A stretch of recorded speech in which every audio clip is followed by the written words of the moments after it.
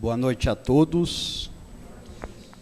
Que a paz do Senhor possa estar e permanecer conosco esta noite, nesta casa de orações, estudos e caridade. É com muita alegria que eu retorno a este Centro Espírita Luz e Amor, para em conjunto tratarmos de um importante tema de doutrina espírita, importante, sim, para a nossa orientação, consolação e principalmente para o nosso aperfeiçoamento moral.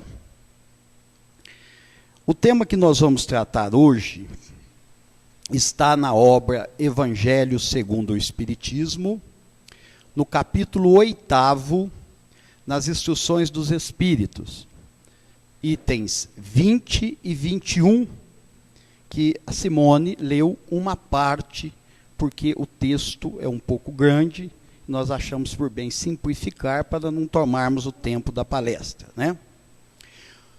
O capítulo é intitulado Bem-aventurados os que têm puro o coração. E o item 20 e 21, que é o objeto, o foco do nosso estudo, está intitulado Bem-aventurados os que têm os olhos fechados. Na verdade, esse capítulo é o capítulo das bem-aventuranças, né? É um capítulo muito importante do Evangelho segundo o Espiritismo. Inicialmente, a gente tem a ideia de que esse texto faz parte do maravilhoso Sermão da Montanha, não é? Que tem lições para a humanidade extraordinariamente importantes e de grande conteúdo moral. Essa confusão existe porque realmente no Sermão da Montanha nós vamos encontrar uma certa semelhança do texto, quando Jesus diz: se o teu olho direito te faz tropeçar, arranca-o e lança-o de ti, pois é melhor que se perca um dos seus membros do que seja todo o seu corpo lançado no inferno. Como eu disse, os itens 20 e 21 compõem as instruções dos Espíritos. Eu confesso que quando recebi a convocação do meu amigo Jatir, sob a incumbência do Valentim, eu fiquei com duas sensações, né? E que são sensações aparentemente paradoxais. A primeira foi de satisfação. Eu fiquei muito feliz com o tema que me coube nesta noite, porque eu considero uma das mensagens mais importantes e significativas do Evangelho segundo o Espiritismo, e principalmente por vir assinada por um espírito de grande envergadura moral, que é o de Cura d'Ars. A segunda sensação foi, no entanto, de grande preocupação. Preocupação, sim, pois esse tema é extremamente delicado e possui várias faces interpretativas, razão pela qual nós precisamos ter muito cuidado com ele. Por quê? Porque nós vamos tratar nesta noite da chamada cegueira física, como expiação e como missão. Mas vamos também tratar da cegueira espiritual, aquela que atrasa o nosso processo evolutivo. Enfim, nós vamos tratar da doença física e da doença moral ou espiritual. Esse texto, né, essa mensagem, objeto do estudo de hoje, ela foi amealhada em Paris, né, por um grupo de pessoas espíritas que se reunia rotineiramente para o estudo dos ensinamentos da doutrina espírita e também, e principalmente, para trabalhos mediúnicos.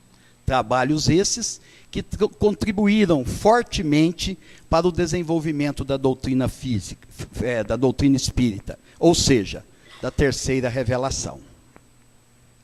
A mensagem veio a lume no ano de 1863, quando um dos componentes deste grupo levou para os trabalhos daquela noite uma menina cega, com a intenção de rogar a intercessão dos amigos espirituais para que ela pudesse ver a luz. Ela clamava muito por isso, ela queria ver a luz. Assim, um dos médiuns invocou a intercessão de um espírito muito amado na França, Jean-Marie Baptiste Vianney, também conhecido como Cura d'Ars. Cura d'Ars nasceu em maio de 1786, em uma aldeia muito simples perto de Lyon, na França. Desencarnou em maio de 1859. Aos 73 anos de idade. Observem vocês que ele desencarnou em 1859 e já em 1863 ele já estava em condições de prestar grandes e relevantes serviços à doutrina espírita, quando nós sabemos que às vezes um espírito leva muitos anos para ter a exata dimensão da sua nova condição de desencarnado. Durante a sua existência, ele se tornou sacerdote católico da cidade de Dars, tanto que Cura d'Ars, como ele se apresentava, significa sacerdote da cidade de Dars, aquele que conduz o rebanho. Quando pequeno, ele já demonstrava o desejo de se tornar sacerdote e já despontava nele uma grande espiritualidade. Porém, o seu pai não aprovava a sua intenção, pois necessitava dos seus trabalhos na lavoura. Mas a mãe e um tio o apoiaram e o levaram a um seminário. E ele, com todos os méritos, se tornou sacerdote. Para se ter uma ideia do despreendimento dele, quando ele chegou na cidade de Dars, constituída de pessoas muito simples, pobres mesmos, ele percebeu que essas pessoas não tinham o mínimo para a sua sobrevivência. Mas, surpreendentemente, a casa paroquial onde ele iria ocupar era extremamente confortável e repleta de móveis e utensílios, que na visão dele eram totalmente desnecessários. Assim, o que ele fez? Acabou doando aos pobres a maioria daqueles bens móveis e utensílios que compunham a casa paroquial e ficou com o mínimo necessário para a sua sobrevivência digna. Pelos seus méritos, Cura d'Ars acabou canonizado por Pio XI em 1925, tornando-se assim um santo da Igreja Católica. Teve, como eu disse, uma existência corporal extremamente proveitosa. Era caridoso e gentil. Tudo que herdou do seu pai, e não foi muito, ele doou aos pobres. Comia e dormia muito pouco, tanto que certa vez, já debilitado fisicamente, ele disse: tenho um bom físico, depois de comer não importa o quê, e de dormir 2 horas, se tanto, estou pronto para recomeçar a serviço do bem ao próximo.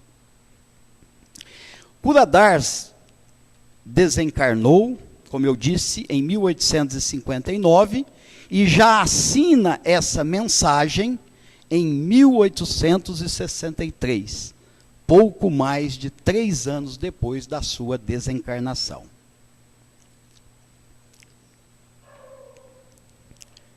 Recomendo a 2 obras que contam a biografia de Cura d'Ars. Eu recomendo àqueles que puderem ler uma delas, pelo menos. É uma vida extremamente rica e proveitosa. Cura d'Ars, como um espírito extremamente generoso, durante a sua existência terrena, amparado por benfeitores espirituais, ele realizou inúmeras curas, inclusive de cegos. Assim, a invocação dele naquela sessão, a assistência dele naquela reunião, era perfeitamente justificável, pois enquanto encarnado, ele já havia desenvolvido essa potencialidade capaz de efetuar curas. Desencarnado, também poderia fazê-lo, é óbvio, pois o espírito não perde, após a desencarnação, as suas qualidades e as suas potencialidades. Aliás, pode até aumentá-las, na medida em que não se tem mais a limitação do corpo físico. Qual é o foco da instrução contida no item 20 do Evangelho segundo o Espiritismo, né? Do item 20 do capítulo 8º do Evangelho segundo o Espiritismo? É simples. Cura d'Ars, embora generoso e fraternal, e querendo curar aquela criança, aquela menina, pois estava certamente sensibilizado com o sofrimento dela, não podia, no entanto, fazê-lo, pois não reunia condições, e ele deixa claro isso na mensagem, de concluir aquela tarefa com êxito, pois naquela situação, o Criador havia instituído para aquela criança a cegueira como forma de expiação.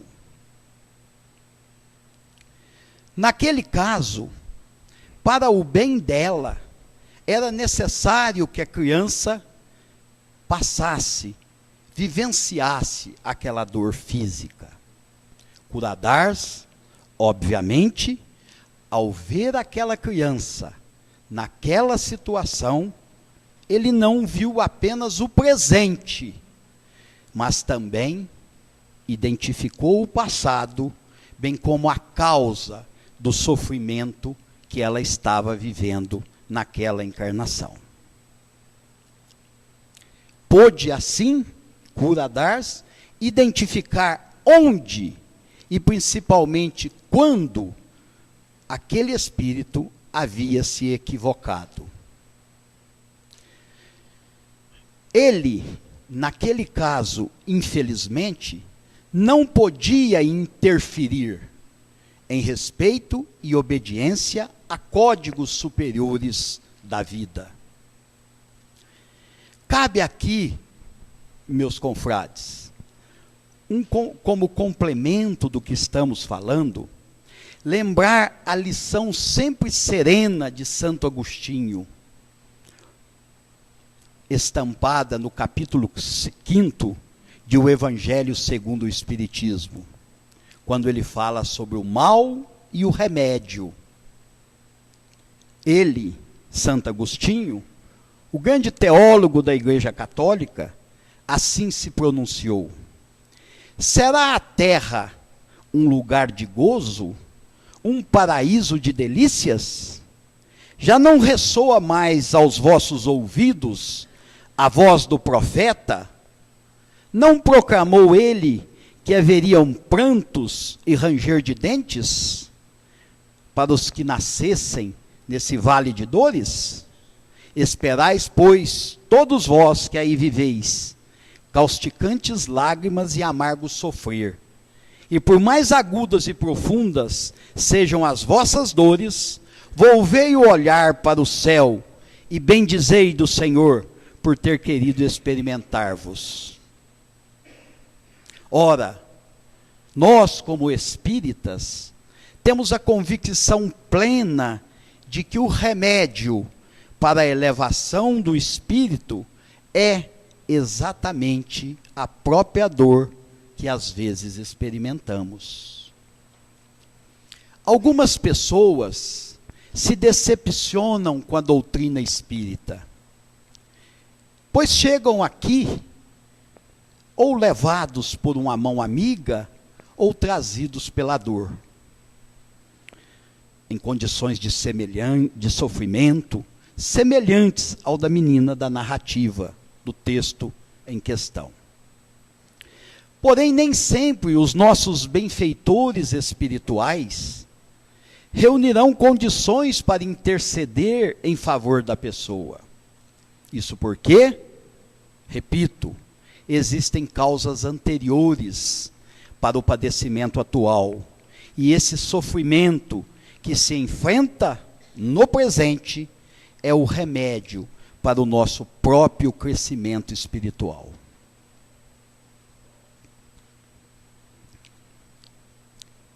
É bom não esquecermos nunca que Deus, em sua infinita bondade e principalmente em sua infinita justiça, jamais permitiria que uma doença ou qualquer provação não tivesse para nós um objetivo salutar.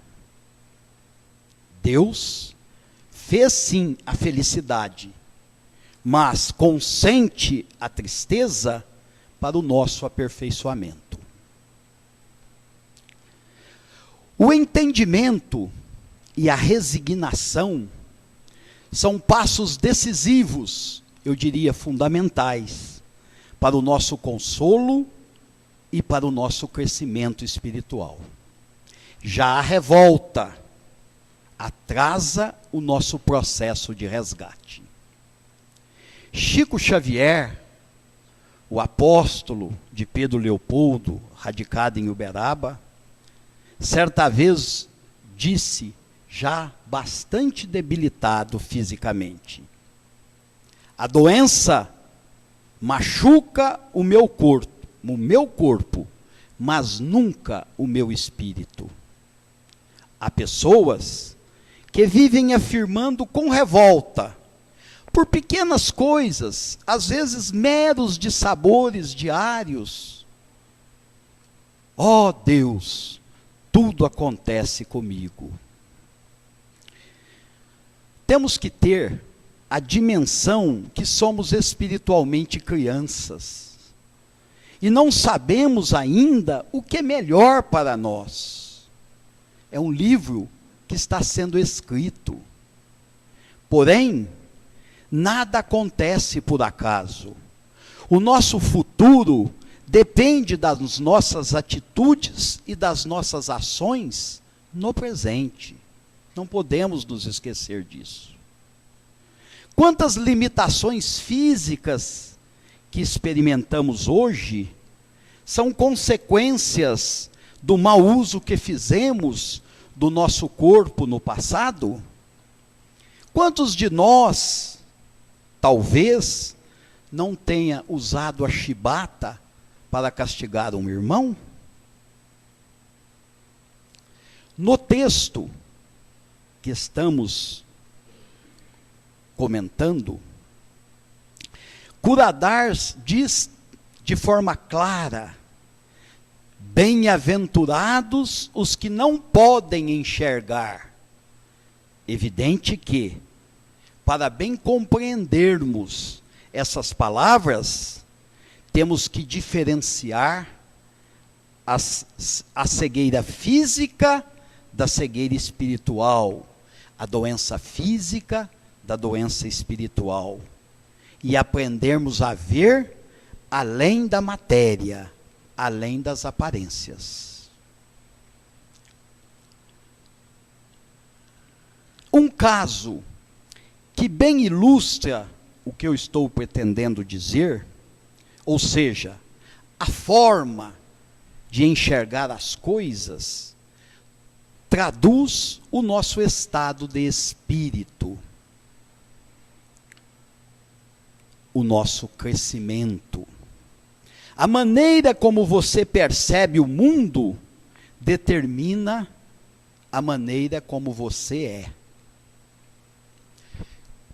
Consta que em uma pequena cidade, bem pequena, na entrada da cidade, havia uma banca de jornais, e ali trabalhava um jornaleiro com o seu filho adolescente. Certa vez, um estranho chegou até a banca e perguntou ao jornaleiro: olha, eu estou mudando para esta cidade. Como é esta cidade? O jornaleiro então lhe perguntou: como é a cidade onde o senhor vivia? O estranho respondeu: cheia de violência, roubos, drogas, pessoas maledicentes, etc, etc. O jornaleiro então respondeu-lhe: aqui o senhor também encontrará isso. O estranho foi. Um tempo depois, outro estranho chegou-se até a banca e fez semelhante pergunta, fazendo a mesma assertiva: eu estou mudando para esta cidade e gostaria de saber como é esta cidade. O jornaleiro lhe fez a mesma pergunta: como é a cidade que o senhor vivia? O estranho respondeu: uma cidade boa, de pessoas caridosas, gentis, cheias de alegria e trabalhadoras. O jornaleiro então lhe respondeu: aqui o senhor encontrará tudo isso também. Assim que o estranho saiu, o filho adolescente retorquiu com o pai de forma bastante incisiva: pai, o senhor mentiu para o homem. O pai então lhe respondeu: eu não menti. Disse a eles exatamente o que eles estão acostumados a ver. O primeiro vê a vida com os óculos do ódio. O segundo vê a vida com os óculos do amor. Temos, pois, que aprender a distinguir os fisicamente cegos dos espiritualmente cegos. Aliás, sobre a cegueira física, temos no Evangelho de Jesus a passagem narrada por alguns evangelistas, mais de um, talvez até pela sua importância. Trata-se do cego de Siloé. Consta que Jesus, passando por Siloé, avistou um cego de nascença. Os discípulos indagaram dele. Eles eram curiosos. Quem havia pecado? Ele ou seus pais? Cristo respondeu: nem ele, nem os pais. Ele nasceu para dar testemunho do reino de Deus. E assim, com a saliva e terra, fez uma pasta e aplicou nos olhos do homem, que passou a enxergar. Neste caso, nesta passagem bíblica, vê-se claramente que a cegueira do homem não era para fins expiatórios, mas sim como uma missão a ser cumprida em benefício do cristianismo nascente. No entanto, para a cura da cegueira espiritual, temos um outro exemplo, e também bastante conhecido de todos nós. Trata-se da exemplar passagem de Saulo de Tarso, que depois, né, da conversão, passou a ser chamado de Paulo de Tarso, um doutor da lei e perseguidor dos cristãos. E hoje, sem dúvida nenhuma, um dos espíritos mais importantes do cristianismo. Na estrada de Damasco, ele vislumbra no céu, cego na sua saga de perseguir os cristãos, cego espiritualmente. Ele vislumbra no céu uma luz esplendorosa que o cega fisicamente, derrubando-o do cavalo. A luz toma a forma do Messias, que o indaga: Saulo, Saulo, por que me persegues? Naquele instante, ele compreende que se encontrava em uma absoluta cegueira espiritual e se converte no grande apóstolo dos gentios. É importante fazermos a distinção entre as duas cegueiras. A primeira, o primeiro cego, o cego físico, veio em missão para que se pudesse cumprir as profecias e para que Jesus pudesse trazer com eficiência a mensagem contida na segunda revelação. Já a segunda, de Paulo, de Saulo de Tarso, tratava-se de um homem extremamente importante, um doutor da lei, mas que estava até então cego, absolutamente cego, com relação àquilo que é o mais importante na vida das pessoas, que é fazer todo o bem que for possível de ser feito. Há, em todo o processo reencarnatório, um projeto divino em face do livre-arbítrio. Ainda na erraticidade, portanto, antes de nos reencarnarmos, nós concordamos com as provas a serem vividas na reencarnação próxima. Mas que, graças ao véu do esquecimento, não nos lembramos dessa anuência, dessa ciência e dessa anuência. Porém, a questão 258 do Livro dos Espíritos deixa isso bastante claro. Kardec indaga com a sua magistral pedagogia: quando na erraticidade, antes de começar nova existência corporal, tem o espírito consciência e previsão do que lhe sucederá no curso da vida terrena?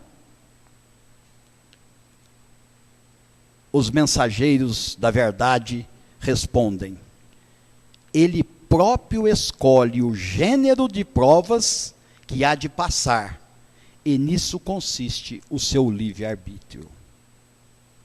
Outra questão fundamental, e que nós não podemos nos esquecer também, é a lei de causa e efeito, ou que para muitos é chamada de lei de ação e reação. Eu vejo, no entanto, pequena diferença entre elas, mas não cabe falarmos, e nem tempo hoje para isso.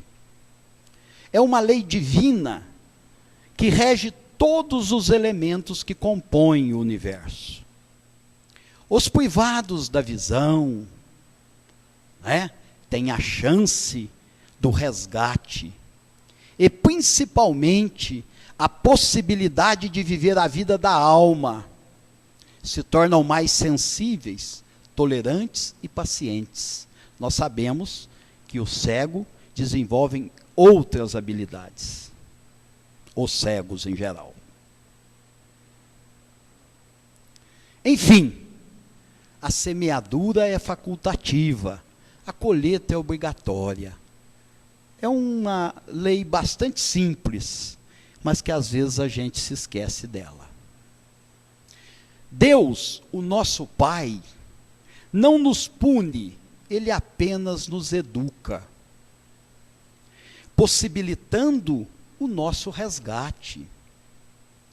Nós que somos imperfeitos, pais imperfeitos, homens e mulheres imperfeitos, somos incapazes de punir severa e definitivamente os nossos filhos. Evidente que o Pai de justiça, de amor e de bondade não iria fazê-lo conosco se não fosse para o nosso próprio bem. Não há, pois, punições arbitrárias. Estejam certos disso. Tudo o que existe aqui e além tem uma causa que lhe deu origem. Porém, às vezes a gente fica procurando a causa na vida presente. Se a causa é fundamentada no bem, o efeito é bom. Caso contrário, o efeito é maléfico. Exatamente em razão disso, é que vamos encontrar em Mateus a preciosa lição de Jesus. A candeia do corpo são os olhos. De sorte que, se os seus olhos forem bons, todo o teu corpo terá luz. Porém, se os teus olhos forem maus, o teu corpo será tenebroso. Se, portanto, a luz que há em ti são trevas, quão grandes serão tais trevas?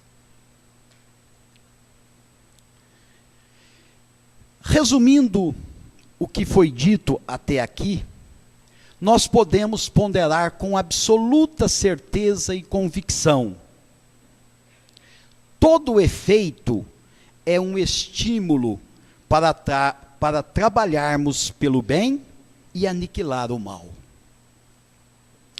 No capítulo 8º do livro Céu e o Inferno, de Allan Kardec, consagrado ao estudo das penas futuras, segundo o Espiritismo, uma obra extraordinária, e às vezes não lida, porque as pessoas têm um pouco de medo, infelizmente, dessa parte da codificação.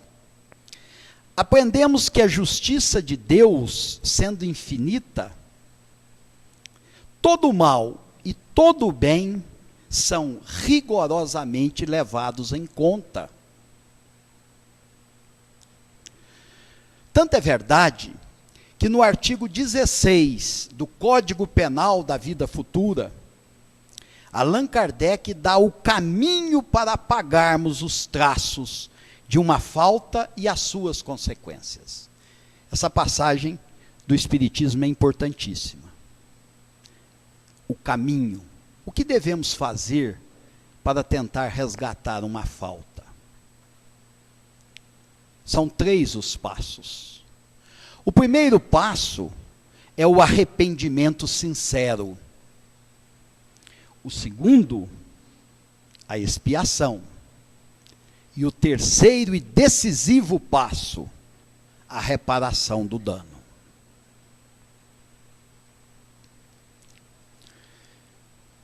Nós que somos espíritas, temos que ter a convicção e, acima de tudo, o prazer, é prazer mesmo, de dizer com a boca cheia que a doutrina é de profundidade e não de superfície. Ela não promete, ao contrário de outras religiões, curas espetaculares. O Espiritismo nos convida a ter uma fé raciocinada e confiar na mensagem de Jesus. As resignações do Espírito quanto à expiação necessária, a aceitação da expiação, já é o primeiro passo para amenizar as dores físicas e principalmente as dores morais. A nossa imaturidade espiritual faz com que queiramos nos livrar o mais rapidamente possível das coisas que nos são desagradáveis e dolorosas. Isso, aliás, é absolutamente justo. né? Termos essa vontade. Mas temos que ter também a compreensão que a cura de um mal passa necessariamente pelo merecimento, sem o que a lei de causa e efeito estaria revogada e não teria qualquer conteúdo pedagógico. Cura d'Ars, em sua mensagem, deixa claro que todo o mérito da cura não seria dele se ele pudesse fazê-la, mas sim do Pai. Uma aflição sem causa na vida presente, certamente será encontrada a causa em uma vida pretérita, em uma vida passada. Quem com o ferro fere, com o ferro será ferido. A lei de Talião, já revogada, felizmente, mas que, de certa forma, nos conclama a uma reflexão de que a mesma mão que afaga pode ser a mão que bate. O cego de hoje, provavelmente, foi alguém que no passado provocou direta ou indiretamente a perda da visão de alguém, ou mesmo alguém que teve sua queda causada pelo mau uso da visão. Enfim, e derradeiramente, temos que ressaltar e destacar a importância das casas espíritas no atendimento fraterno, ajudando as pessoas a entender a dimensão do seu problema e aceitá-lo com resignação, abrandando os seus sofrimentos físicos e morais. Também enaltecer o poder da fé, a importância da reencarnação e também da oração. A fé é a raiz do espírito. E lembremos que a raiz é que suporta a árvore. As sucessivas encarnações vão nos tornando mais fortes e aptos, e a oração nos conecta com o Pai. Encerro lembrando a prece preconizada por Cura d'Ars, o autor da magnífica mensagem da noite de hoje, pois ela renova as nossas energias e facilita o tratamento espiritual. Cura d'Ars preconizou: meu Pai, curai-me, mas fazei que minha alma doente seja curada antes das enfermidades do corpo, que minha carne seja castigada, se necessário, para que a minha alma se eleve para vós, com a brancura que possuía quando a criaste. Muita paz a todos.